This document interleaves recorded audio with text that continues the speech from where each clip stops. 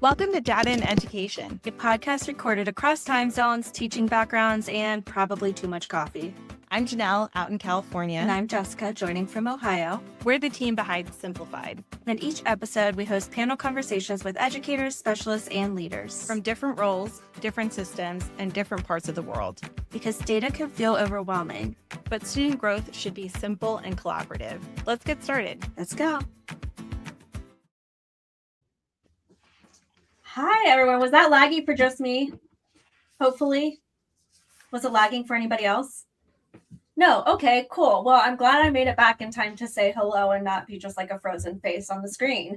My name is Jessica. For those of you that don't know me, my background is all in education. So teaching high school math in West Garfield Park, Chicago.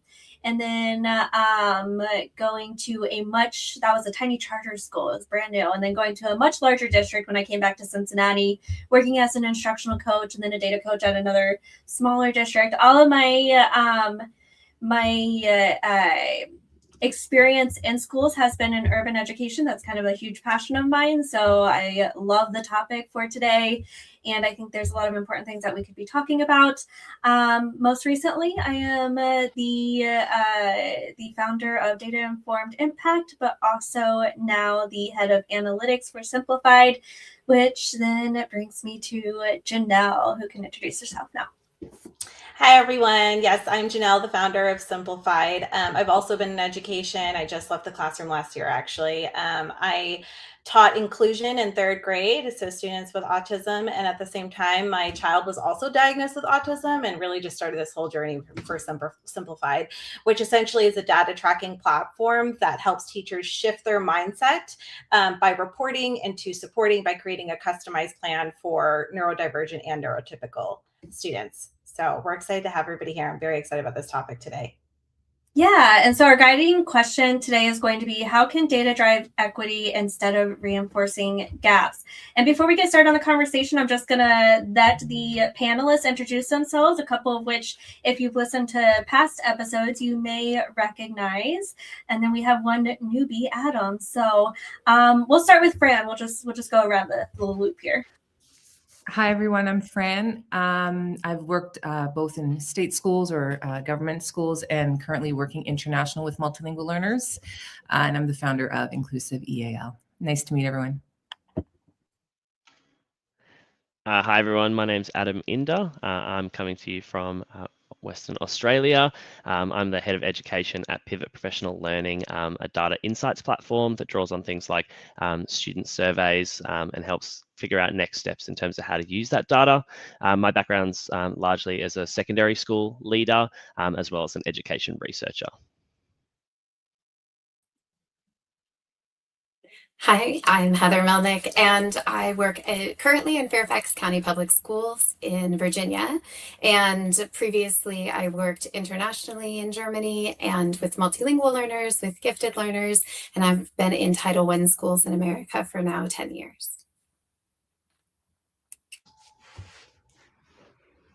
Go ahead, Jenelle. Oh, okay.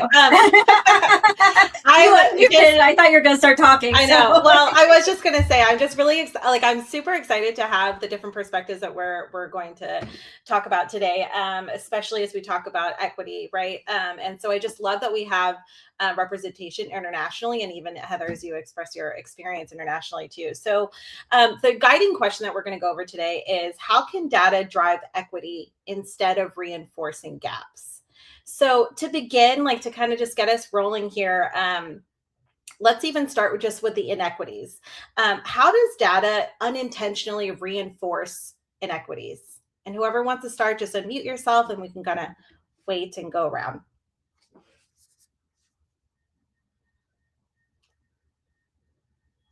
I can jump in as a bit of a broad starting point. I think one thing I think about often, and this takes shape in a lot of different ways, is thinking of data, or when you're looking at a data set, having it reduced down to something like a single number, like our school is doing this well on a standardized test, or this is the level of disadvantage in the school or advantage in the school, and things like that. And I think that it has its place and it can be, useful for some things. But I also think in terms of thinking of all the different students in our school, it can be quite limiting. And then also, when I think of in Australia, we use something called the ICSEA, which is the Index of Community Socioeconomic Advantage. And I've been in schools and worked in schools where both of them have had fairly low ICSEA, meaning that like their level of advantage is quite low, they're below average, and yet schools with both low ICSEAs but different ones actually can have lots of different things that they're working through, and lots of different things in the community that might be levels of disadvantage. So I think a single number can often be misleading in that sense, and I think that comes up a lot in a lot of different data sets, whether it's like academic, whether it's like social, those sort of things.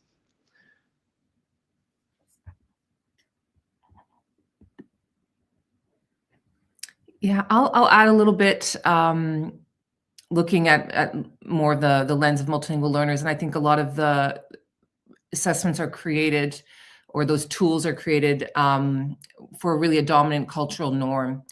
And because of that, it undervalues the strengths of a diverse student population. And, I'm originally from Canada, from Toronto, a very diverse city. And really they're not written and created with that in mind.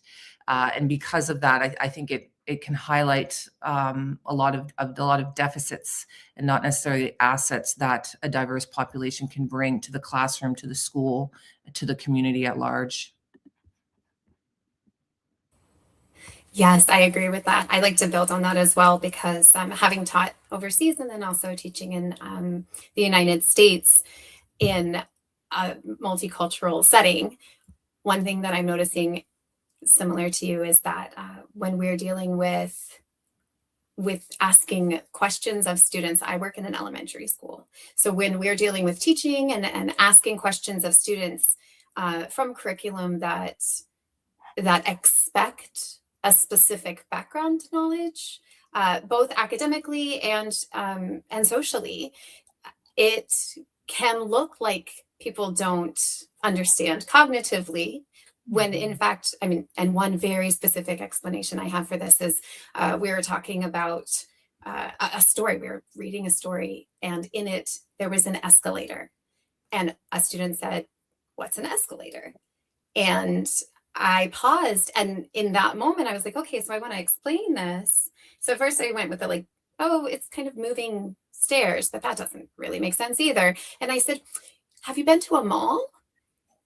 Nope, had not been to a mall. So then I'm thinking, like, racking my brain, what are the potential, background knowledge pieces that we could tie this to say, even if we can't get an exact picture of an escalator in this kid's mind, what can we tie it to help them understand? So when we're taking a look at the data outcomes of common assessments, they are taking into account, or not taking into account, that the background knowledge and experiences that students have from all over the world are incredibly diverse. And something as simple as, going down an escalator to me could completely change the meaning of a story if you don't know what an escalator is.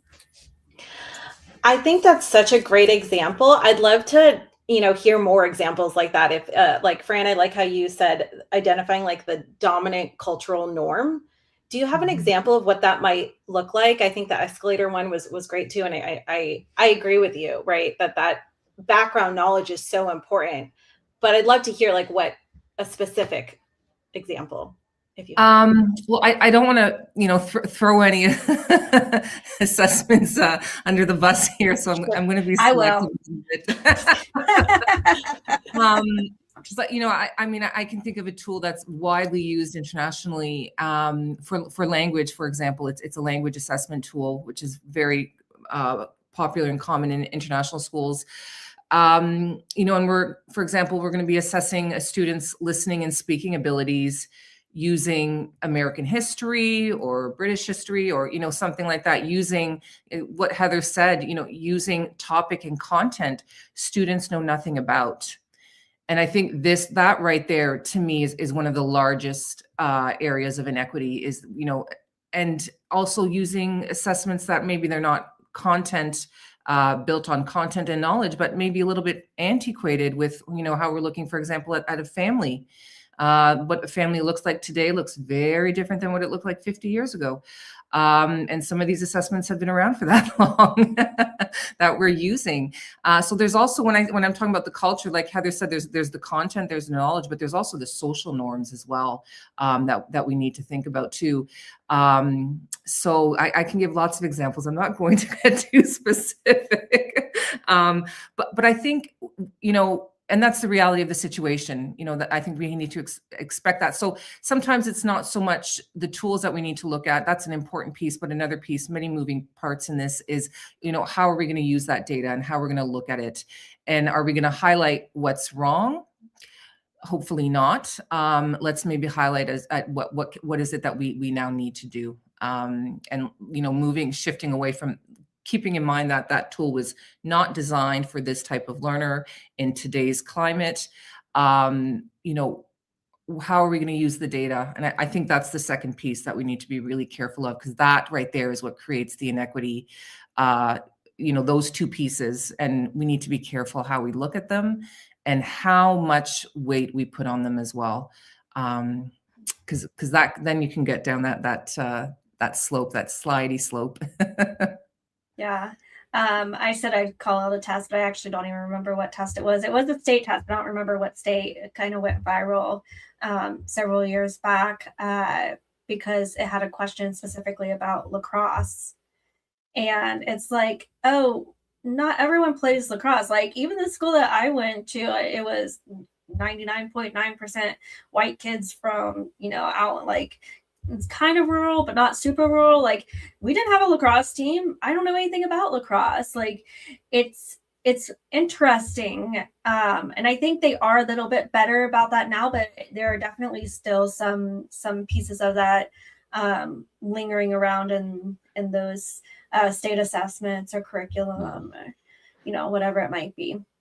Yeah, one of the examples that one of my colleagues has mentioned before is, particularly in Australia, where there's a lot of people living in sort of regional and even quite remote areas. One of the questions in a standardized test was talking about the alpine regions, and they're in the middle of the desert. Going, I have no idea what that word means, and just didn't have that that background knowledge to be able to access that question, just because their world was just so different, and they didn't have that sort of I guess like that very European knowledge that would come with a word like that, and so therefore that question type wasn't sort of positioning them to be successful. Yeah, I've seen a lot of examples of that. I do want to give a huge shout out to a specific book, just because I think that it's an important resource when we're talking about this and as we start to get further into this conversation, and that's Street Data by Shane Safier. I hope I said that right. And Dr. Jamila Dugan. Wonderful human beings, and they really dive into how to look at more of that microscopic, that tiny data that really looks at those individual students as they are, as opposed to like Adam talked about in the beginning, as opposed to reducing all of that data into a single number. So I want to make sure that I give them all the credit in the world. Such a fantastic book, and definitely where I got a lot of my perspective in terms of like data specific inequality. So I just wanted to throw that out there as we move into our second question, which is what data ensures access to rigorous instruction?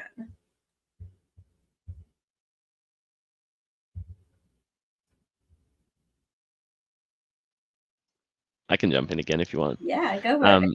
Yeah, a few thoughts about this. I think first of all, just making sure like data's regular and timely, so it can be responded to quickly. I think sometimes if it takes a while to come back, or it's not looked at in a timely fashion, like you sort of, I wouldn't say miss your moment, but like it's just not as useful, and isn't necessarily as effective as a result. So making sure that that's available, and so you can respond to it quickly, but then also just from multiple sources as well. I think it kind of like leans into that that comment that we've been talking about, about just reducing it to a singularity, making sure that there's lots of different ways that data's accessed. And, I like the word like triangulate the data, being able to look at it from a lot of different, ways to make sure that you're getting a full picture of what's going on. Because, we've talked about, maybe some of those questions not necessarily, capturing the reality for some students. But if you've got lots of different data sources and it's either asked in different ways or presented in different ways, I think that does help to safeguard against that to some extent.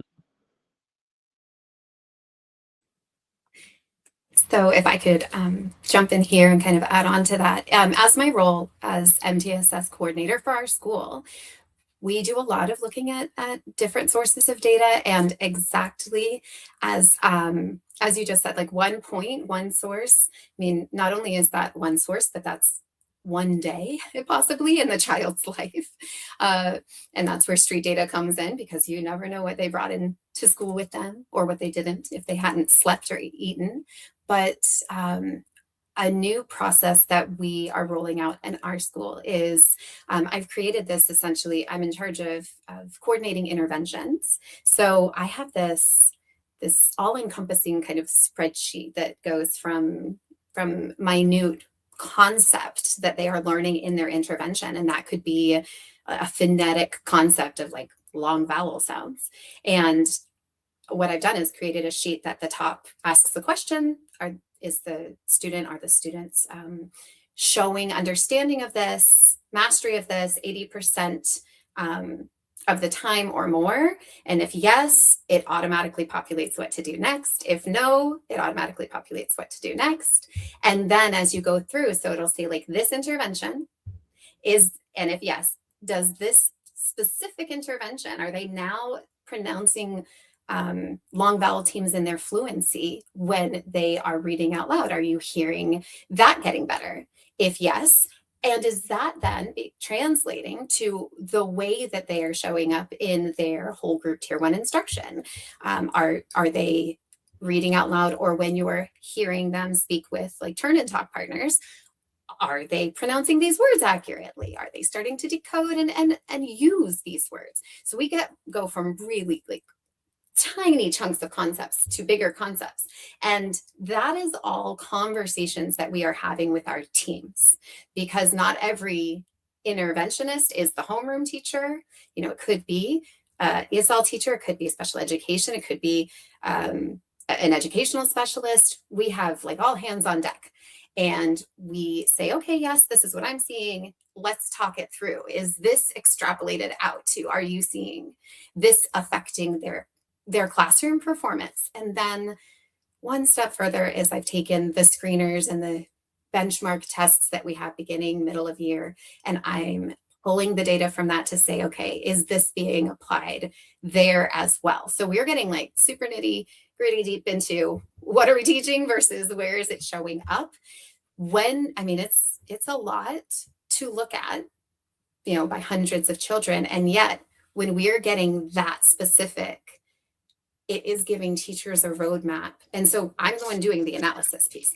It is giving teachers a roadmap of, and what do I do next to continue this or to shift this so it will be affecting their fluency. So as part of my leadership, that's kind of where I'm taking the road on how data can inform what we're doing to ensure equitable instruction. Go ahead, Fran. I'll just add to both Adam and Heather. I think like what I'm hearing, I think is just the idea of looking really at formative assessments, looking at anecdotal assessments. I think culturally, there's still this very unit heavy kind of summative assessments where we'll look at one data point after 6 weeks of instruction or 8 weeks of instruction, or sometimes even a semester long unit. And, I forget who said this, but this idea that you need to be looking at frequent points throughout the learning, throughout a unit. I think you both touched on this. I'm a big fan of progress monitoring. And I think it's so important that we have those short check-ins, every couple of weeks, especially with our neurodivergent learners, especially with our multilingual learners. It's so important. And if we're, I think it was Adam who said that, focus on that one data point. If you're just going to look at one thing and make many decisions, we've got to be careful. We've got to be careful. I know it comes down to that lifelong quest of time. Where do we find the time to look at the student work? But, I love when Heather said, looking at those student samples, like looking at those authentic writing samples is so important. You get a lot of data, a lot of information. But, I think Heather and Adam said it really clearly. I'm just going to say, yes, I agree with everything that was said there. Yeah, Jenelle, did I beat you in the unmiking war? You know that we have it. It's funny, we can see when one of us is getting ready to respond. We were actually talking about these questions, going through our own responses before you guys hopped on, and it's funny because you guys touched exactly on what we talked about prior to this, and that when you look at just that state assessment, or just that diagnostic assessment, or even just that summative assessment for that particular unit, you're missing out on a lot of variety in student scores, which means that you might be labeling a student as maybe 2+ years behind, and maybe they have specific strengths within that domain, but you can't see it until you dive into that teeny tiny data and you really start looking into whether or not they are able to complete very specific skills, and then creating an action plan that helps support them in each of those skill sets is just so incredibly important. So all of you, those were exactly my thoughts as well, on the same page. Yeah, I just want to add to that, because I loved every single thing you guys were saying, from progress monitoring to looking at those multiple sources to I'd love to see that spreadsheet, Heather. Sounds just amazing. The step by to share. Yeah, step by step. I love it. And it reminds me of when this was maybe 4 years ago, I was teaching, inclusion, 3rd grade. And I had a student who came in who he was level A. We did F&P testing, right? So he was level A, a reader. So he was not quite reading it and even identifying his letters still.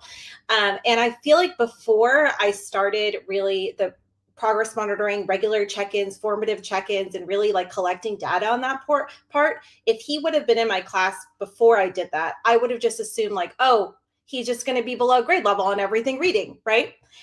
But because we were able to focus exactly what you were saying too, Heather, with the specific skill, and a lot of the reading, skills in 3rd grade are now comprehension related, right? He was totally able to access all of it and was actually grade level when it came to comprehension. When it came to the fluency and reading, that's a different score. That's a different skill.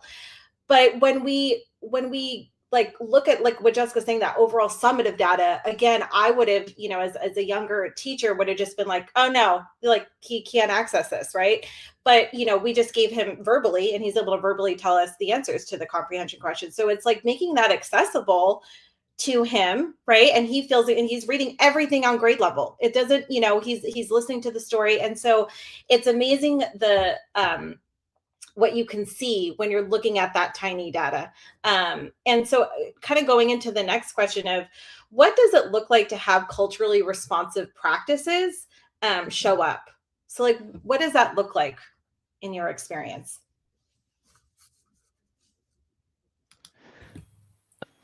Go for it, Heather.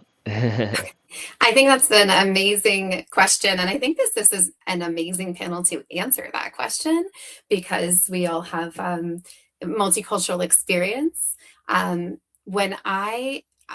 tell you, when I worked in Germany, I had a set, expectation for my classroom. And in this one moment that is coming to mind, I had a student who, when he didn't do something appropriately, and I would say, okay, look at me, and let him know that we need to, this is how we're going to behave, or this is the structure, but I need you to look at me so we can do that. And I was a young baby teacher who did not realize that in his culture, making eye contact with adults was in fact disrespectful. So I was, asking him, demanding from him to do something disrespectful to show respect. And it wasn't until I was made aware of that, and then became far more curious about, okay, when I'm living in, and I grew up between the United States and Germany. So I believed I understood the culture, but that did not mean that I understood the culture of, all of the people in my international school. So then as a young baby teacher, I had to, inform myself. So when I start looking at what we need to do and as teachers, as adults, is understand that we are unintentionally coming with our own, we're intentionally coming with our own experiences, but also potential biases. And we need to confront that, address that, and make sure that we are not having any hierarchy in our lens of this is right, this is wrong, for some, for some behaviors and some achievements, because that is possibly personal and your background and not the background of the person you're standing in front of.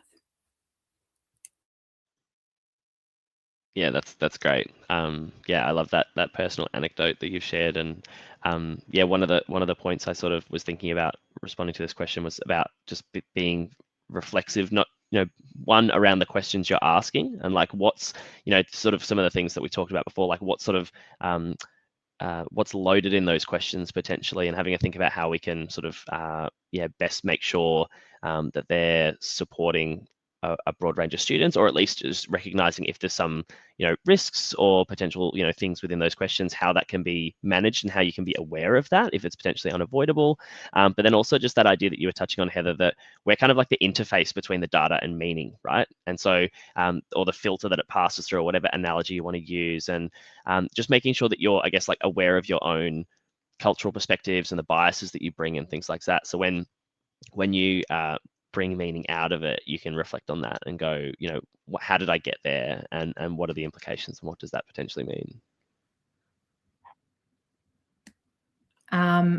Yes. And I'll add to, I think when we're looking a bit at growth over time, and kind of looking a bit at, we tend to have this idea that we need to catch students up, we need to achieve that benchmark, we need to reach that benchmark, we need that 80%, and I think when we're like Heather said, just responsive, culturally aware, that the instruction then needs to shift a little bit, and we need to move away from the idea that we're going to fix them and we're going to catch them up, to really thinking about, as teachers or as educators, really reflecting on our instructional practices, and how does that show up in the classroom.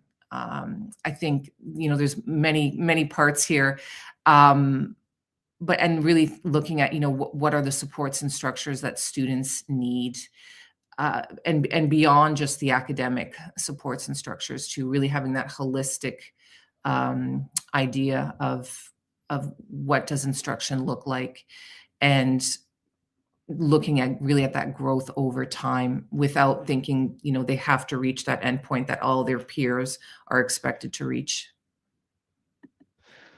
In a similar thread, one thing that I've been reflecting on lately, I recently went to a conference ran by First Nations people in the state that I live in, and they were talking about, I guess, like data more broadly and data sovereignty and things like that. And one thing I've been reflecting on the context of a school is, we often have these kind of like tick box things on forms to identify students in different ways, whether they are First Nations or whether they speak a language other than English at home and things like that. And I think, one of those things that we can do is ask, like, why are we doing that? And like, what's the purpose behind having that box tick? Is it just a box tick for box tick's sake, or is that something that we can best support those students with? And are we being like transparent and collaborative in terms of how we use that data, and making sure that sort of those people, I guess, understand why that's just being ticked, and it's not just like a soulless form and things like that as well. So I don't know if I have all the answers for that one, but that's one that I'm sort of thinking about in terms of the ownership of data, but also the purpose of having those things there, and how can we best use that to support our students that may potentially need support. Yeah, I love that point, and that's something that I've thought about often when it comes to looking at school or district data by subgroup.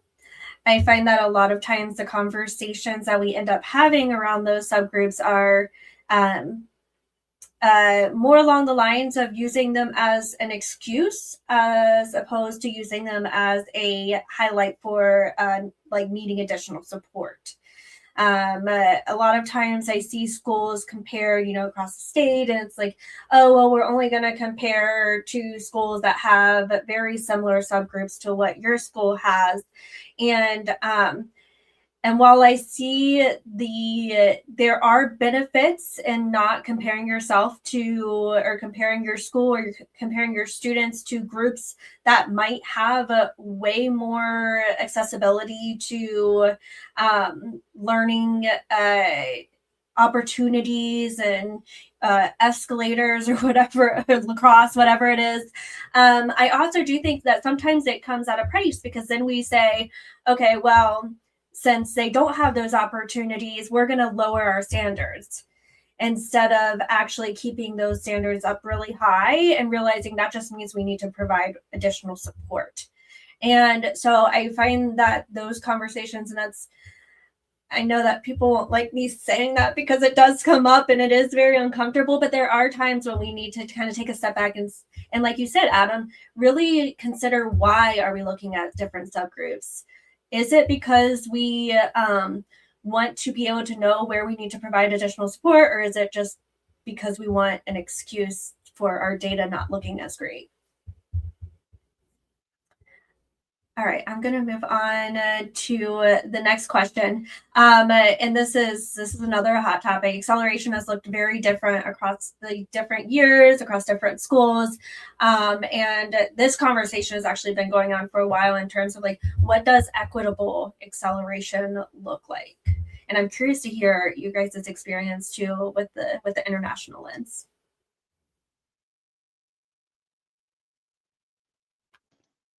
I can start with sort of a more broad statement if that's helpful.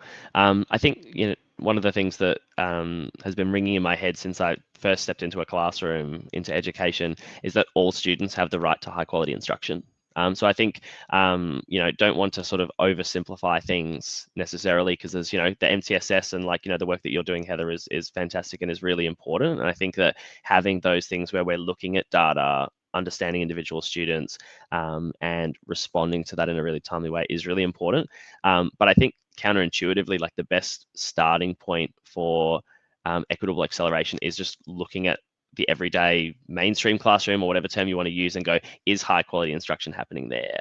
And I think if we had every teacher across the school, delivering, high fidelity, high quality instruction, I think that that would be a pretty great starting point and would potentially reduce the need for some of these interventions that are going on. And I know, like I say, I'm oversimplifying that. That's, very much easier said than done. But I think that a lot of people jump to what's the extra thing we can do. And it's like, let's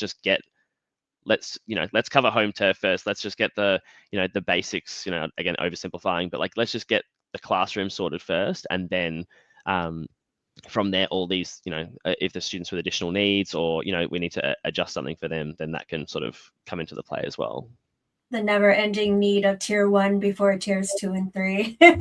Tier 1, yeah, that's tier it. Okay, I'm going to pass it over to Fran. I saw that you unmuted. Go ahead. Yeah, I thank you, Adam. I think that's, and I've worked as a tier 1 coach as well. And I work internationally. I work in very well-resourced schools. And, we have a lot of support teachers, counselors, learning support, ELL teachers or ESL teachers. And it sometimes can create a bit of a dependence. And the idea that once we've labeled that student for whatever reasons, it's no longer, part of the tier 1. Now they're tier 2. And I think that labeling it can be a concern as well. We need to be very careful about, and I love MTSS. I'm a huge supporter of it. I do think it has created this culture of labeling at the same time. And when we need to understand, really at the core of MTSS is like Adam said, that tier 1 instruction, that core instruction is so important. It needs to be highly differentiated. The curriculum as well. And I'm not just talking about the teacher, but the curriculum we're using and the scaffolds that we're creating, so to create access. Ultimately, that's what we're trying to do in the tier 1 is create access. And I think with that MTSS structure where it's maybe gone a little awry is the idea that, okay, well, we've got tier 2 supports, we've got tier 3, and now it's on them. I think that's something that we need to be looking at quite a bit too, is what does, your MTSS structure, and exactly what Adam said, let's look at the tier 1, but how is that tier 2 connected to the tier 1? Is it in lieu of or in addition to? We need to be careful. People have different ideas and opinions on that. But I think, yeah, we really need to look at that core right there from multiple perspectives. And Yeah, I think you did touch on that. Yeah, sorry, Jess. No, I was go just gonna ahead, say, Heather, Adam. I think you touched on that at some point where you were talking about, all the data you were collecting, and you were saying, like, is that being transferred? Are we seeing that in sort of the tier 1 classroom as well? And is that teacher seeing that? And I think, part of that is making sure that, teachers are doing those practices that we see as, high impact. Are they monitoring progress in an effective way? Is their questioning good? Like, are they seeing what that student's doing? And if they're not, maybe that connect point won't be as strong potentially. But it sounds like, Heather, you're already thinking about that and you've got that covered. But just wanted to point out that you kind of covered that off before you even brought it up. So yeah, that's really cool. Yeah, I want to point out, because we talk a lot about how important language is, and Jenelle and I have conversations that last hours over language on our platform. But something big that, because the district that I worked in most recently, we were actually able to pull their elementary and eventually their middle school also out of improvement status, and it was all based on our MTSS practices. That being said, we started off very, very, very slow and really focused on the mindset shift prior to any shift in practices, even down to, as I'm saying, language matters. Like, we're not saying tier 1 students, tier 2 students, tier 3 students. It was students who are in need of tier 2 supports, or students who, and even better, students who are currently in need of tier 3 supports. So really focusing on that idea of, like, every student needs something different at some point. That's also something that Jenelle and I talk a lot about, and one of the reasons why on our platform you won't see MTSS specific language, because we really do believe that movement between tiers can happen so fluidly, and the more fluid we get it, the better. But I do think there's a way to do it that definitely considers the fact that it's not going to be the student is labeled as a tier 3 student for the rest of their lives. And I'm curious, Heather, what your school does in order to kind of combat that labeling. Yes, actually, I was taking notes as I was listening, Fran, and I put a question. I was like, labeling as a result of MTSS, because the way our school does it, and I do know that it is different all over the world, actually, but we start the year with, as you said, language is important. We start the year with definitions, common definitions of what does tier 1 mean? What is a tier 1 team? What does tier 2 mean? What is a tier 2 team? What does tier 3 mean? What is that? What is a team that works with tier 3 students? And when we are talking about that, and I love the way you put, like, they need tier 3 supports right now, because it is incredibly fluid. And those check-ins that we have, they are meant to be done after, a round of, 6 weeks of an intervention, so that we are not having students stay at their tier level for, like you said, not even a year. We're looking for that growth, and we're looking for, we are looking for a rate of growth that is more than a year, right? So there's calculations to determine rates of growth depending on what you're working with. But when we're talking about, like, reading fluency, at least 2 or 3 words a week more in progress monitoring would be a year's growth. So we're looking for 3 to 4 words more each time they're progress monitored. So when we start our year, we start with saying what the labels mean, so that we are using them appropriately, and that we are reading our documents collectively on the same page. Secondly, we do want mastery for grade level for all students, and recognize that the rate of growth for each student is going to be different based on all of the various factors they bring to the table when they walk in the door. So we are very focused on ensuring that their rate of growth continues in the right direction towards mastery. And that, literally, I'm like moving my hand because I'm thinking of a chart. That is ideally, mastery is the end goal. And as long as the rate of growth is continuing towards that and not flatlining or declining, then there's progress being made. And if it flatlines or declines, there's a total shift happening so that we don't have, weeks going on with a student struggling further. When I think about how different schools do MTSS, some schools look at MTSS as the lane to get a student identified for special education services. That is not how our school or our district define or operate. We have, and I work very closely with, a special education coordinator. So we have, these are the supports our students need, all of our students by name, by need. And we have this student may need to be assessed for special education services. If this student is getting assessed, they are still getting interventions right now. We are not waiting for a label to give them what they need. And it may be that what we're doing right now is the program that they need, is the amount of time that they need. And we want to get it, legally on paper so that they have that going forward. But when we're talking about labels, the way that they're used in our school, it's different than maybe being used in other places. And we're doing them as like a double track. Everyone's getting what they need, and some people may need more.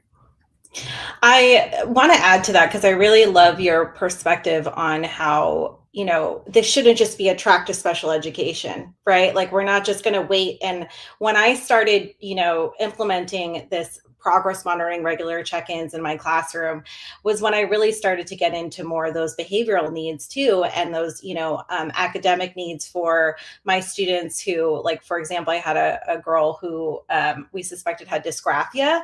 And I just remember coming to the psychologist, like, even, waiting for what we call our student study teams, SSTs, being like, okay, well, what can I do to help her, like, right now? Like, I don't want to wait until, she qualifies or doesn't qualify, right? Because, her reading level was high. So, we ended up creating like a little, because copying notes is really difficult. And so they created this like little, just construction paper, and I blocked out everything else on the paper so that she could really focus on that one. And just a little thing like that helped.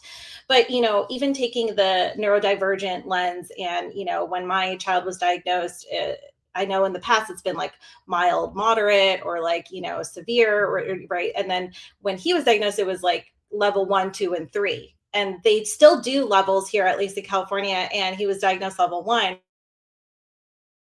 Autism community, the circle of, have you seen that, the pie chart, where it just shows the level? So it's like a pie chart, and it's like 10, it's all the different needs. So like if your sensory needs, your, attending or task initiation, right? And basically the pie chart can be at all different levels depending on, right? Like, it's instead of just one level, it's like, it depends. It all depends, right? It depends on the interest. It depends on the child. Like, you could have a child who's nonverbal and still have very high functioning, high functioning self-regulation skills, right?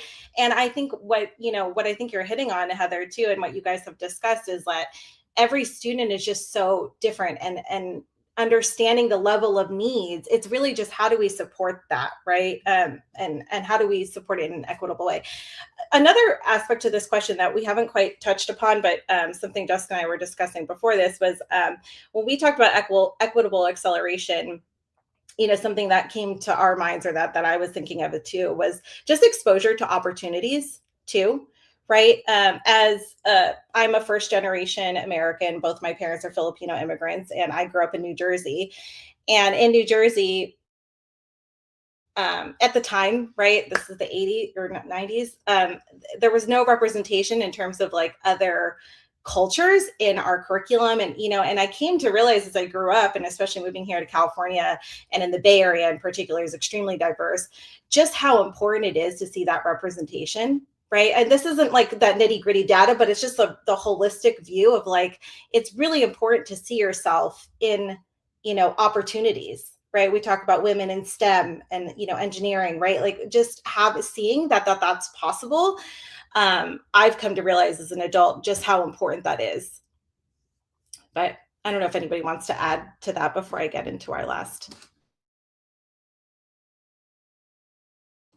Just a super quick way to, immediately when you're talking about representation, I was thinking of, having books as mirrors versus windows where you're looking into someone else's life versus having something reflected to you.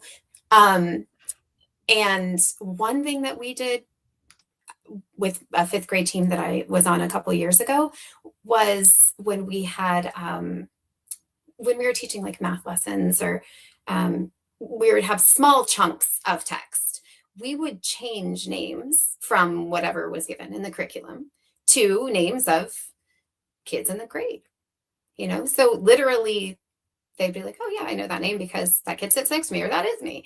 And that is literally seeing themselves in, but I would often, just because of who was writing our curriculum, I'd be like changing, the name Nick, and none of the students in my class had ever met a kid named Nick yet. And so it was nice for the students to, well, it was also super engaging because then they'd kind of always be expecting that maybe their name would be popping up. So they would pay attention to those word problems a little more.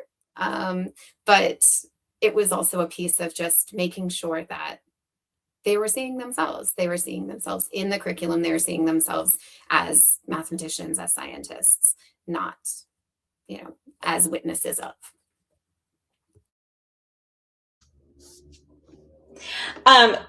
To continue to kind of wrap up our conversation today, I think that there's been just such great points that have been brought up, but it's especially a lot of our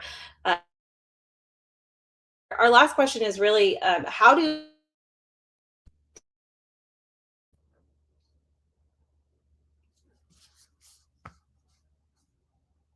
Did she cut out for everyone else or just me? Oh, Jenelle, repeat it. Did I cut out? Really? Yeah, it's not you this time. It's not my fault. I was like, nobody wants to answer this question. The question was, how do leaders support this work?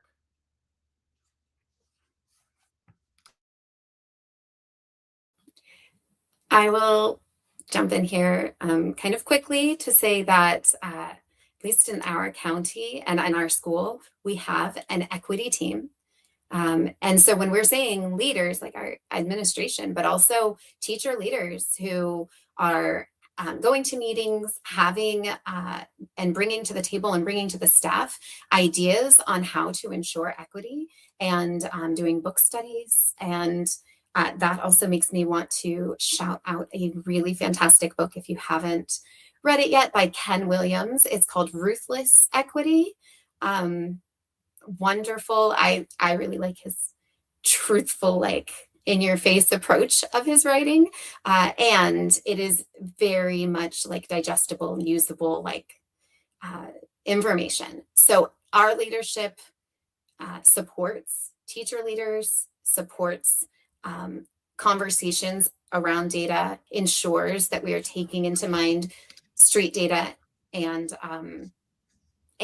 what unintentional biases may exist in the curriculum as we have considerations for what to do next for our students.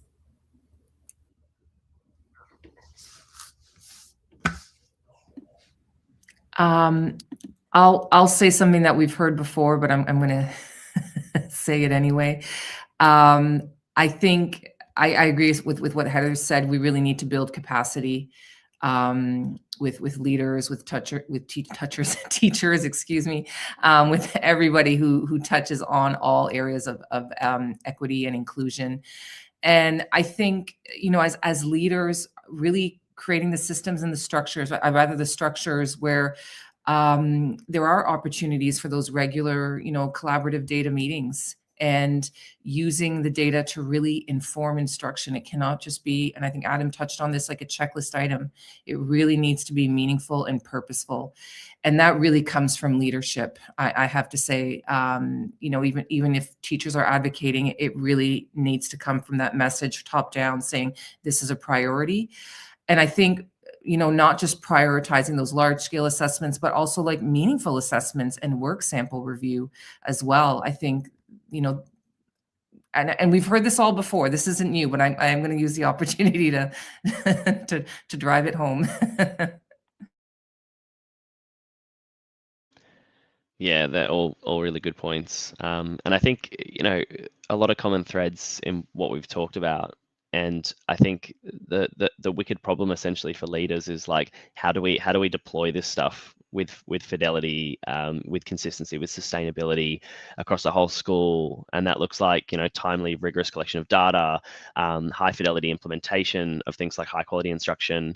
And I think with that comes, needing to have a really clear improvement agenda, and like, what if this, then this, understanding what does that data mean and what do you actually do with it. And Heather, I think you talked about that really well when you're collecting these very specific things of pieces of data for individual students, and if this shows this, then this is what we do, and that's very clear. And if you don't have that clarity around what you're actually going to do with the data, and it's just potentially there for collecting data's sake, or to put in a school report or something like that, it's not necessarily going to be as impactful as you would hope.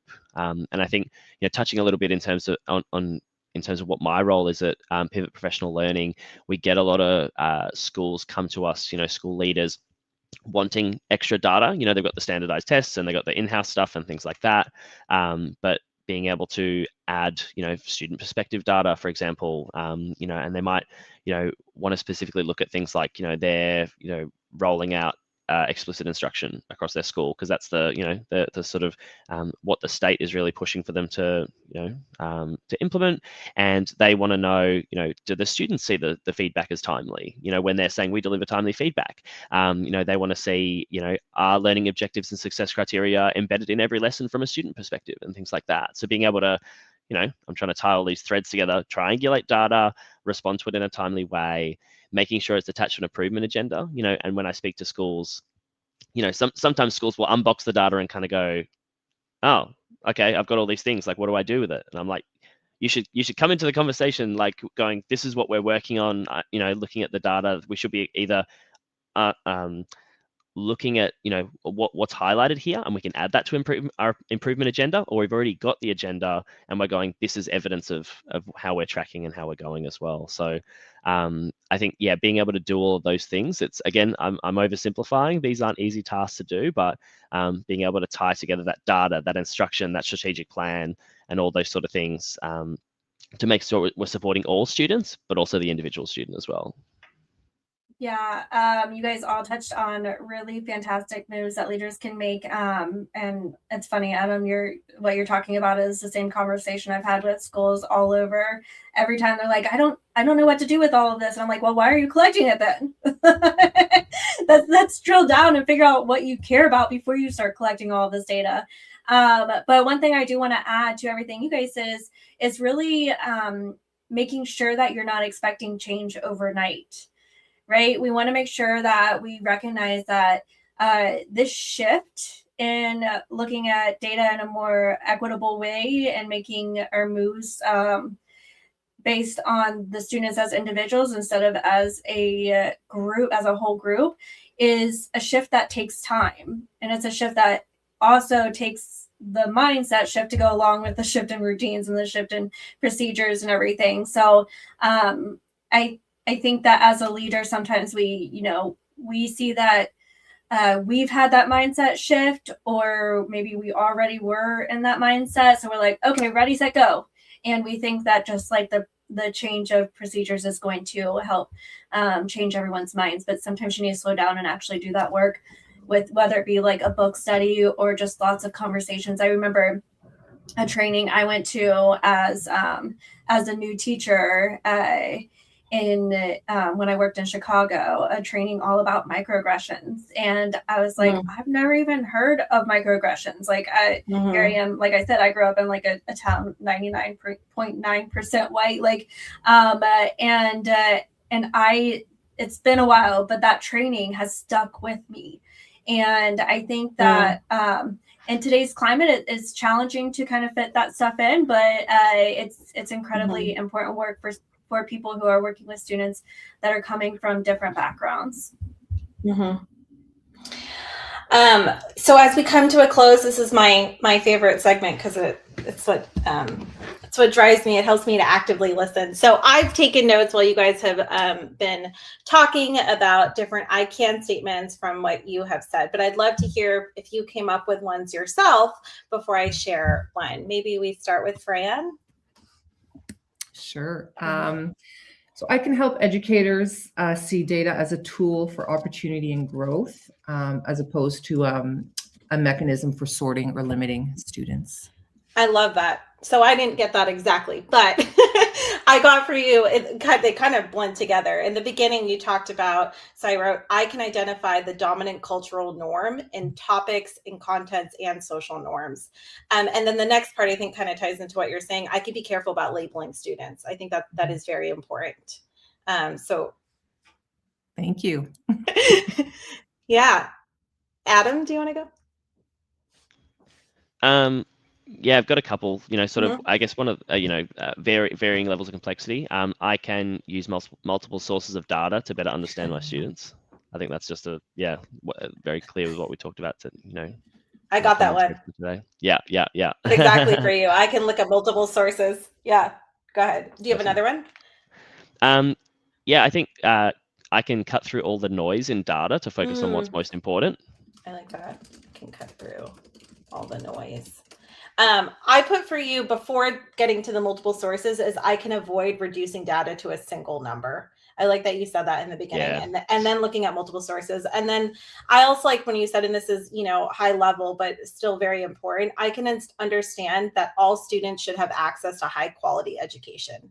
Just, as a guideline. Important. Yeah, super important. I love that you said that. Yeah. Great. Heather? So I have, I can use systematic data collection and analysis to help teachers take next action steps. I love it. And you gave so many great examples of that. For you, I had, I can understand how data expects a specific background knowledge when we talked about those barriers, right, in the beginning. I like how you said, I can look at specific skills, and then I kind of summarize this part, but I can create a roadmap from one skill to the next, which I think is your next steps. I like the roadmap. That resonates with me too. And then I also like when you said at the end, I can identify when every student's growth rate is continuing. Like, we just want to make sure they're continuing, right? It's okay if our growth rates are different, but we want to make sure they're not flatlining. So I thought that was really valuable too. So thank you guys for indulging me. That's my favorite part. I love to just summarize all your great ideas. So. Yeah, so we're going to go ahead and start wrapping up. I am going to mention our free resource that we have on Simplified for this week. As a reminder, you just go to simplifyapp.com. Simplify is spelled different, so make sure that you look at the bottom of the screen or in the show notes, wherever it might be. And you're going to sign up for a free trial. When you sign up for a free trial, you'll get access to our free resources. And this week, we are highlighting our Student Growth Conversation Planner, which is a great way to sit down with students and talk about those specific skills that you're working on and what kind of progress you've seen, whether it be academic or behavior, and also come up with next steps alongside the students. We also have an additional free resource this week, and that's coming from Adam Inder. So I'm going to let him explain what that might be. We're keen to offer up one free term, essentially. So one data cycle, as we call it, for Pivot Professional Learning, our student insights survey around teaching, and then also I do a lot of data coaching calls, so helping people to, like I said earlier, unbox that data and sort of help find meaning and things like that. So we'll be keen to jump on a call with you during that term and talk you through the data. Awesome. Thank you so much. And thank you to all of you for coming and chatting about a very important topic with us. We appreciate it. And thank you also to our listeners and anybody else who might come across this in the future. It will be up on the podcast, Data and Education, just the audio. For the video, in order to see all of our pretty faces, you have to go to YouTube. So see you there, I guess. That wraps up today's conversation. Huge thanks to our panelists for sharing their perspectives and real experiences. If you're looking for the free resources mentioned in this episode, You'll find them in the show notes, along with a free trial of Simplified, it's a chance to explore tools designed to make learning and behavior more visible. and to see what clearer, simpler data can look like in practice. We'll see you next time on Data and Education. Data, data, data, data, data, data, data, data. What do I say? Data. Data? Yeah. I say data, huh? Yeah.